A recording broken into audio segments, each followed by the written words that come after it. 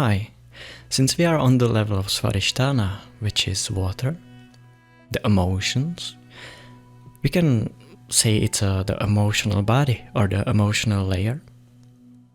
And there's something I would like to introduce to you, because last time I just encouraged you to enjoy the pleasures and do not basically feel shame of doing certain things, which blocks this function in you, this Svarishtana center, and that is shame. Shame blocks it a lot, or makes it out of balance. It doesn't necessarily block it, it just makes it out of balance. But there is something which I believe is a huge thing, or it can be a big discovery.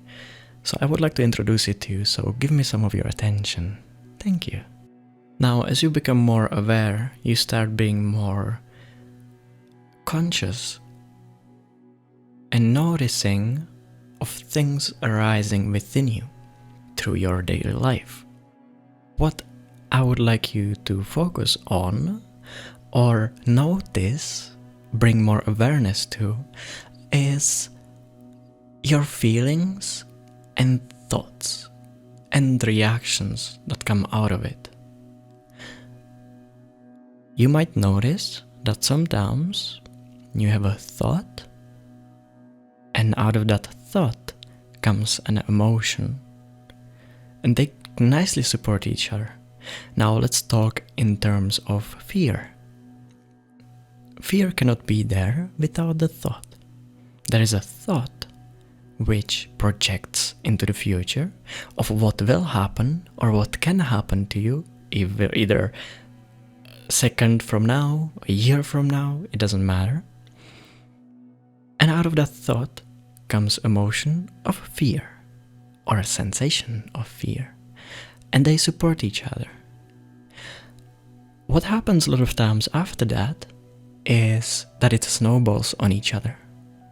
It just flows. So you have a thought, then emotion comes, then out of you being in fear, another set of thoughts comes, which strengthen the fear. The fear strengthens the thought, and they basically go with each other, slowly building up. It can be with anxiety, it can be with many things. And it's something that you can call overthinking. Or maybe it all comes together as a one big reaction to something that happened. Or is happening now, you know? People a lot of times think that the emotion within them is being created now. Yes, yes, that's true. But many misconceptions come out of it. And it's up to you to see which one is it. When it comes to, for example, anger, okay? Let's say someone does something to you now, okay? Some things don't get you angry at all. And then there's something that just gets you so mad. And this person does it. And it's something that you know makes you mad through, longer period of time. So they do this. Out of that comes a thought, or maybe first comes the emotion and then the thought. If first the emotion comes, it is still a reaction. It is there. If it's not created with thought, it was already there. That person just triggered it. He did not create it.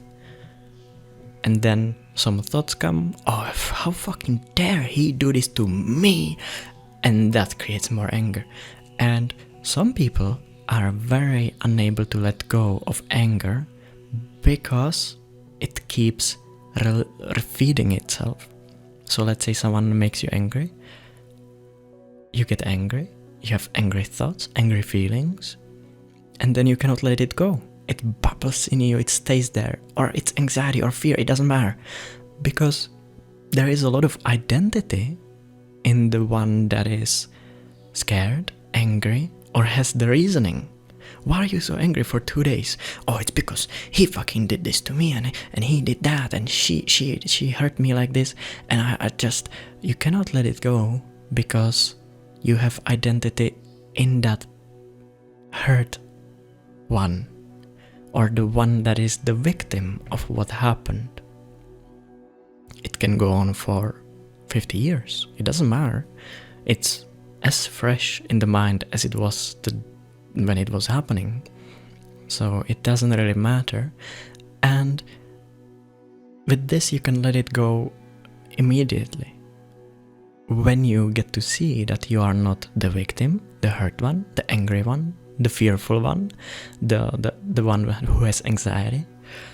And it is something that now you can nicely work on or practice with. Okay? We are working with the mind in order to heal the body. So the way you do it is, on this level, your awareness should be a little more, a little more sharp. I don't know how else to say it. You are just more aware of more things within you. So when a reaction comes, notice it. See that there is a reaction coming out of a situation. And then you see, why is it there? And many times it is not there because of the situation actually. It is there because there is something that is there from the past. So let's say someone did a very specific thing to you, like your mother told you that you're not good for anything. And then anytime someone makes you feel like they are saying the same thing, or makes it seem like they are saying the same thing, maybe they say the exactly same thing, it really, really gets to you. And you are angry at that person. Please notice that any example I could give, it goes for all of that. Any reaction that comes up, okay? Notice that this person is not the one you should be angry or upset with. This person is basically yourself mirroring or giving you an opportunity to see which is stuck there. In unconscious, you go, oh, how fucking dare he say to me that I'm not good for anything, and it gets to you so much, and then you cannot let it go, or it makes you so sad and you're just crumbling. You feel like you're crumbling. That is an opportunity to see, why does it get so much to me? And then you can reflect, think back. This is actually something that, it's so similar. Write it down. Anything that helps. Anything that makes it work for you. There's many methods. Someone can just be like, oh, it's because of this. Someone can catch it immediately. Oh, that was my necklace. Someone can catch it immediately. And someone needs to sit with it. So then this is an opportunity for you to see that, oh, this exact thing keeps getting to me so much. Why? And then you realize, oh, because this is what this is what people always taught to me, or this is what my mom said to me, and it made me hurt so much. And just in that insight, it might get dissolved. But one thing I would like you to be aware of is that you do not need the insight to let go of something. Which is also why, as I heard many times, people taking psychedelics or drugs to get somewhere spiritually, it does not work. It works to some degree, but the way it works is it gives you insight. Something opens up and you see, oh my god, yeah, right, it is like this. And the drugs can help you with that, why not? But having insight is not surrender. It is just, you know why it's there, but then you need to do the work to heal it. Then you need to do what is necessary for you to heal it up. You can have insight and be like, oh yeah, I always get angry because my mother said this. Next time you get angry again, and you go, oh yeah, it's because my mother said this. And it's not healed. Next time, oh yeah, I'm just angry like this because it doesn't do it. It needs the separation and seeing that it is not you, the one that is angry there in the mind or upset, anything. So the way you look at it is, anytime anything happens, and now is gonna start the time where you would be the best if you try to be as alert as possible throughout the day. Make it a practice. Just be alert. Watch everything. Look around yourself a lot. Be very alert, but not for something like, oh, I need to watch out. No. Just be alert. Be as present as you can be in this moment. And see what is happening now. Outside, inside, everywhere. You don't need to strain yourself. Just try to be more try to be more alert. This is something that I've been basically under all of those videos trying to tell you to be, or trying to get you to just have more attention here and be more alert about things that are happening inside and outside by paying more attention to nature and to your breath, or that's basically how it works. It's what people are trying to teach.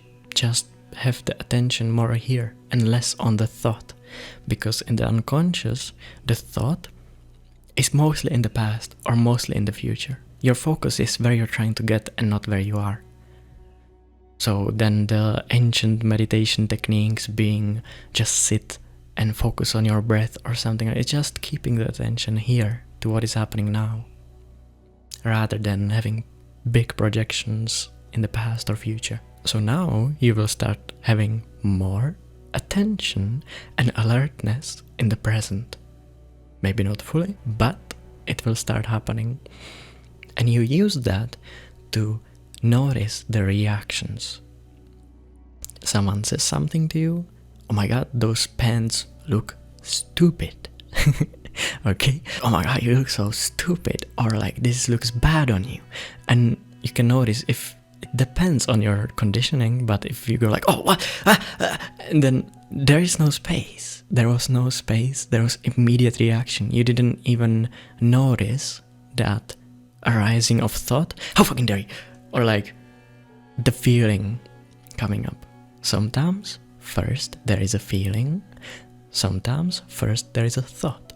If you follow them, if you identify with them, if you jump into them immediately, you will have them support each other and go. And it can get to quite extremes, it can get to a certain point, it doesn't matter, but you can see how your attention follows it, okay? So then just be more noticeable of the reactions. And anytime you slowly start to notice the reactions, then you will see the space in between. The way you can do it is notice that you have a thought. Let's say, think in your mind, hello, I am here. Think it. Okay, and now pay attention. See that there is no thought. So, you were also before the thought. You were before the thought of hello, I am here, and you are after the thought. So, as I in one of my videos said, you are not the thoughts. We keep it simple like this. We will not go deeper into it. So you can see, you are not the thoughts. It came, it stayed, it went. You are there to witness that there was no thought of such, I am here or whatever. Then you saw that it's there. And now you see that it's long gone. Can we do the same with emotions? You see that there was no emotion, then anger was happening. You are still there. And then anger is gone. You are still there. It is just like a visitor. It's a cloud passing, but when it's happening, you take it to be yourself. You take it that that's you. The anger is you. And because the anger, fear, anxiety, whatever comes up, even happiness, all of those feelings, connected with the thought is you. The thought that says, I am so angry because he did this, and I am so anxious, or like, oh fuck yes, I am so shitty, they are right that my pants look bad, I am so worthless. There is so many types of conditioning and every will react differently, but you see that you are not that one. You will see that you are not the conditioning of your mind or of the feelings. Okay? That's the first part. What that causes, you might be like, oh, what am I gonna achieve that? Like, what then? Because that's what I hear all the time when I try to like teach people. Before I would be like, do this, and they're like, oh, and then what happens? And then like your mind just wants a conclusion. Okay, then what happens? Am I gonna get something? What am I getting? You are not getting anything. You are getting everything by it. Because you are getting your awareness back. You are getting back to your original self. It makes space between your mind and you, your emotions and you. How do you want to tell people, like, you know, what am I gonna get from that? Well, you're not gonna get nothing, because it's the mind asking. So the mind gets nothing. But you get more freedom. Okay? So that's the first part. What that causes is you will get more space between, and then from reaction we flip it and it's response. Something happens, you see the anger come up, the thoughts, and you can choose. You have the freedom of choosing what you will do. Even though those things are there, you can have the anger. At first they will come up, anger and fear, anxiety, but you will start noticing that with even the little slightest space, you get a choice. And you always had that choice. All people have that choice. So now, even when you are in the Svarishtana, as we're talking about the shame or anything, you are scared of doing things that other people will see as wrong or bad, get angry, get upset. They have the same choice as you do. Everyone has free choice, but it is up to them or you to have a conscious choice how you will respond, how you will feel, how you will react, or unconscious choice that will just happen out of what your conditioning is. You see that? So everyone has a choice. If you will tell me someone hurt you in the past, and that you will just cry to me how much, like how bad this person is and how much they hurt you, and that's why you cannot live correctly and everything, and I just tell you that you are just being a victim. That's a victim identity, and that is all that is keeping you away from letting this go. You are not the victim anymore. It happened, as I said before, it happened, those things happened, but you are keeping it in your mind. And you have identity with the one in your head that says, oh, this is like, oh, they did this to me. And then pain comes out of it. And that cannot be healed. As long as the mind has reasons and a lot of, like, the whole story, then the feelings cannot go. Basically, your ego keeps feeding the pain, and the pain keeps feeding the ego. It's like a little circle. And then you would get hurt. If I was scared or ashamed or just wanted to do things in a consoling way, oh, I will rather not say anything mean to the person, or like something like this, that they are the victim and that they should let it go, they might get sad. I don't want to make people sad, because I am not making the person sad. You are not making those people upset, sad, or angry. That is their choice. But it is also up to you to determine that they are unconscious of it. They will have this kind of choice. They will choose this but not consciously, like, yes, I will get angry at him. That is not there. It just happens. The anger happens. So I say, do not meddle in people's things. I'm just showing you that they have a choice, and you should not worry when you're doing things for yourself, and when you are being very authentic and very loving towards others. You will do things out of that, okay? You will just do things which you know are good for them. You want the best for others. Always you want the best for others. But also be aware that you don't need to really limit yourself even there. At some point you will see that you cannot limit yourself, because people have their own choice, same as you, and that's why you are not really many times creating the anger or pain in them. You are not the one who goes there and flips the switch. It's them choosing it, unconsciously, consciously, whichever way. But they still have the choice, same as you.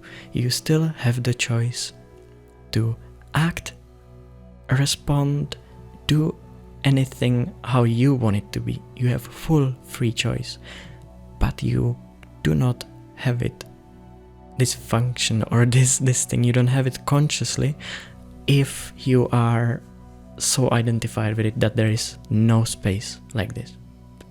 Okay? This is gonna be a long video, but it's very important. That is the first part. Watchfulness, watching this. Second part would be healing the emotions. And I think I will cut it now, and I will do a second video as the second part when we go from this, bringing more awareness into this and being more alert and seeing that. Then again, I would like to empathize on it, that then you have the feeling of anger or thoughts of like, how fucking dare he, I will kick him, or like I will punch him right now. And then no longer you go and punch him, because immediately that's what happens. You will now be like, oh, why would I punch him? Or like, it is no longer in thoughts. Then it's there, the noticing that what the mind said, I'll punch him. And it's no longer you saying it. So it's like, oh. And you have a discernment to see that that's stupid, where it leads, nowhere. And then even with this bubbling in you, like the anger just humming in there, you will still be able to be like, I don't know. That's the thing. I don't know, and you cannot know, because then fresh things happen. You don't know what you will do. Same with anxiety, fear, doesn't matter. Maybe then your actions and also reactions, they become spontaneous. You no longer have the same habit, the same patterns, because then out of that awareness, maybe you stay silent, or maybe you will punch him because he's already punching you by the tail, or no, it happens so quick, and you just get a choice what to do, and then you can let the action happen by itself. Someone's yelling at you. Back then you would defend your pride, but now it just doesn't matter anymore. It's okay. And they are yelling, and you're watching the in you, and then the goes, and you're not angry. And maybe you smile at them, maybe you just don't do anything. They stop yelling because their ego does it because it needs their own food. They need to argue with you, and it's usually with family or with very close people with you, or it can be anywhere, but that's how their ego gets fed. Their reaction is that they yell at you or say things to you, and then your pain or your reactions feed theirs, and you will start noticing it, and then maybe nothing happens on your side. There is no reaction, there is just silence, and that creates that silence, which would never be there before, creates space. And maybe it creates space in them too. And you start to notice that even very unconscious people, when they are with someone who is awake, their own mind starts falling off. their own habits fall off, even though you will do nothing. It feels like you're doing nothing, but you're helping so much by nothing.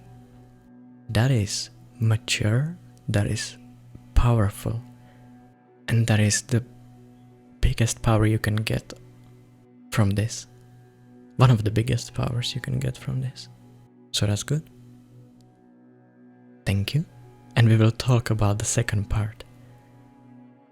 On how to, with this, the mind or the one side falling off.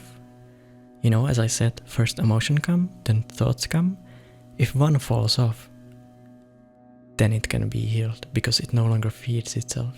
Let's talk about that next, in the next video. Thank you, love you, and bye bye.